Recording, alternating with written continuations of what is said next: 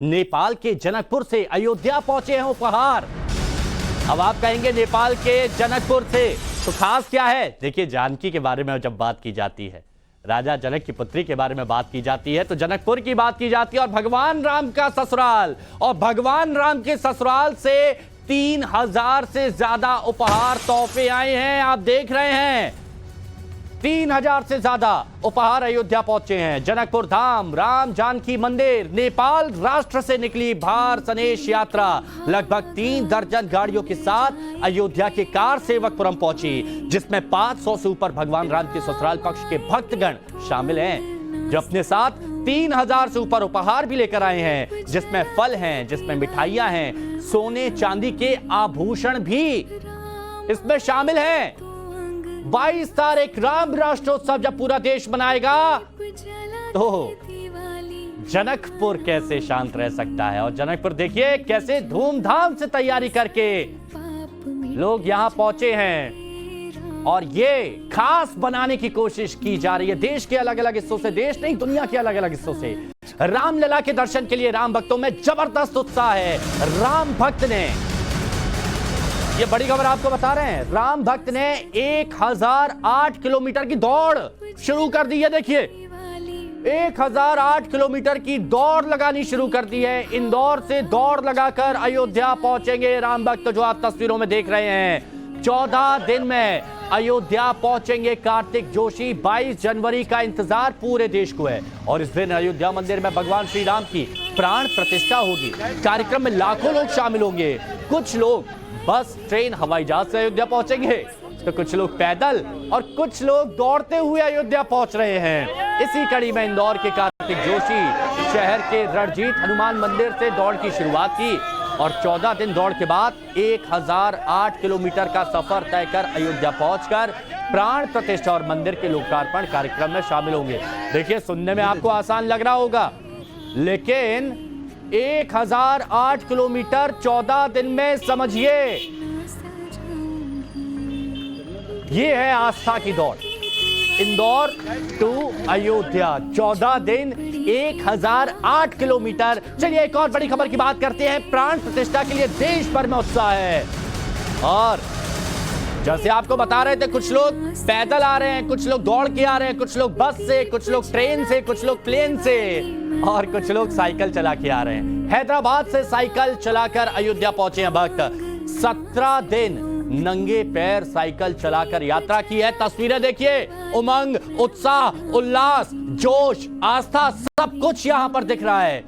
10 राम भक्तों की टोली अयोध्या पहुंची है। देश के हर कोने में मौजूद राम भक्त के मन में प्राण प्रतिष्ठा के लिए उत्साह है। 22 जनवरी का बेसब्री से इंतजार कर रहे हैं। उसका अंदाजा आप देखिए, इन तस्वीरों से लगाइए। मध्य प्रदेश के इंदौर से इन तस्वीरों से आप लगा सकते हैं। एक इंदौर से पहुंच रहे हैं दौड़ते हुए, तो यहां पर 10 राम भक्तों ने साइकिल चलाकर यात्रा की है। प्रभु राम के दर्शन करने पहुंचे। धर्म नगरी अयोध्या की पावन धरती पर पहुंचे हैं, और अब अयोध्या कोई नहीं कहता है, अब क्या कहते हैं? अयोध्या धाम, अयोध्या जी।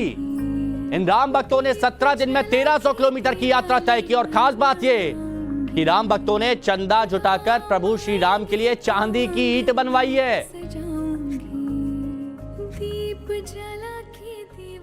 और चलिए अब हम बात करेंगे एक शख्स की, जो विवादित ढांचा गिराने के साक्षी होने के साथ साथ बहुत बड़े राम भक्त भी हैं। ऐसा हम क्यों कह रहे हैं? श्री राम के ये भक्त गुजरात के रहने वाले हैं, और इस वक्त वो अपने खास रथ के साथ अयोध्या पहुंचे। हमारी टाइम्स नाउ ना भारत संवाददाता श्वेता भट्टाचार्य और ज्योति मिश्रा ने उनसे बात की है, आपको सुनवाते हैं। पूरा देश इस वक्त राम में हो चुका है, और अयोध्या में 22 जनवरी को होने वाले प्रभु श्री राम की प्राण प्रतिष्ठा के साथ साथ देश दुनिया के कोने कोने में कई अद्भुत तस्वीरें सामने आ जाती हैं, जहां लोगों के कई जो भावनाएं थी, जो मनोकामनाएं थी, वो भी पूर्ण हो रही है। और ऐसी ही एक दिल छू लेने वाली तस्वीर श्वेता सामने आई है अयोध्या में नेमाराम प्रजापति की। ये राम रथ और उनकी कहानी आपको चलिए बताते हैं कि क्या है। बिल्कुल ज्योति, देखिए ये साइकिल है, लेकिन इसे नेमाराम जी जो है वो साइकिल नहीं कहते हैं, इसे राम रथ कहते हैं। आप देखिएगा तो श्री राम रथ अहमदाबाद से सुंधा माता और किस तरीके से अहमदाबाद से होते हुए अयोध्या नगरी, राम की नगरी, ये यात्रा पहुंच चुकी है। खासियत क्या है और क्यों नेमाराम जो है उन्होंने चप्पल धारण नहीं कर रखा है? हमें बताइए, बाबरी विध्वंस के वक्त भी आप अयोध्या में थे, आपकी ये राम रथ कहाँ से चली है और इसका मकसद क्या है? मैं जब बाबरी ध्वस्त हुई, जब प्रवीण भाई तोगड़िया के साथी था, जब बाबरी ध्वस्त 3 ढांचे टूटे थे, मैं मेरी नजरों से देखा था और उसके बाद मैंने वहाँ प्रण लिया था कि रामलला का जब तक अयोध्या नगरी में मंदिर नहीं बनेगा, जब चंपल नहीं पहनूंगा और साइकिल लेके भारत की सब मंदिर जाके जय श्री राम बोलूंगा, जय सिया राम बोलूंगा। ऐसे मैंने आज तक 45,000 किलोमीटर साइकिल चलाई है और मैंने एक अयोध्या नगरी में 2 बार साइकिल से आया हूँ। आज से 6 साल पहले भी अयोध्या में मैं साइकिल लेके आया था। कहाँ से साइकिल? ये वक्त अहमदाबाद से साइकिल लेके निकला हूँ। 1 महीना 1 दिन लगा। आज अयोध्या जब आप आए हैं, 22 जनवरी की तारीख अब पास में है, ऐसे में आप कैसा महसूस कर रहे हैं? हम ऐसा महसूस कर रहे हैं कि अयोध्या नगरी ये अपने इतनी पहले 20% थी, अभी 80% अयोध्या नगरी में सुधार आ गया है। लोगों को रोजी रोटी मिलेंगे, लोग कहीं कहीं प्रदेश से दर्शन करने आएंगे, कोई भारत से आएंगे, बाहर से आएंगे। रामलला के लिए लोगों को कितनी तमन्ना थी, कितनी उमंग थी, वो लोगों की आस्था पूरी हो गई। इसके लिए लोग अक्सर हिंदुस्तान में, मैं तो बोलता हूँ कि 22 तारीख को 5 दीपक जलाओ, 11 दीपक जलाओ, सबका अड़ोसी पड़ोस में मीम उठा कराओ। उत्साह देख रहे हैं आप, ये उत्साह उमंग देख रहे हैं आप। ये सिर्फ 1-2 श्रद्धालुओं में नहीं, हर किसी के मन में इस वक्त लोरे मार रही है। एक और बड़ी खबर आपको बताते हैं, अयोध्या में नए मंदिर के लिए नए अर्चक तैयार हो रहे हैं। राम मंदिर के लिए नए अर्चकों का प्रशिक्षण हो रहा है। कुल 22 अर्चकों की ट्रेनिंग चल रही है। 22 में कुल 9 अर्चकों का चयन होगा। 22 में 22 लोगों की तो ट्रेनिंग चल रही है, लेकिन 9 लोगों का यहां पर चयन किया जाएगा। देखिए पूरी तैयारियां। ये जो 22 छात्र हैं, जो वेद पाठी हैं, इनके अंदर क्या गुण देखे गए, क्या चीज परखी जा रही है जब ये राम मंदिर के अर्चक बने? वास्तव में परमात्मा की बहुत बड़ी करुणा कृपा से भगवान तक पहुंचे हैं और सभी विलक्षण प्रतिभा संपन्न है। सबकी मेधा शक्ति भी बहुत ही विलक्षण है और प्रकांड विद्वान भी हैं।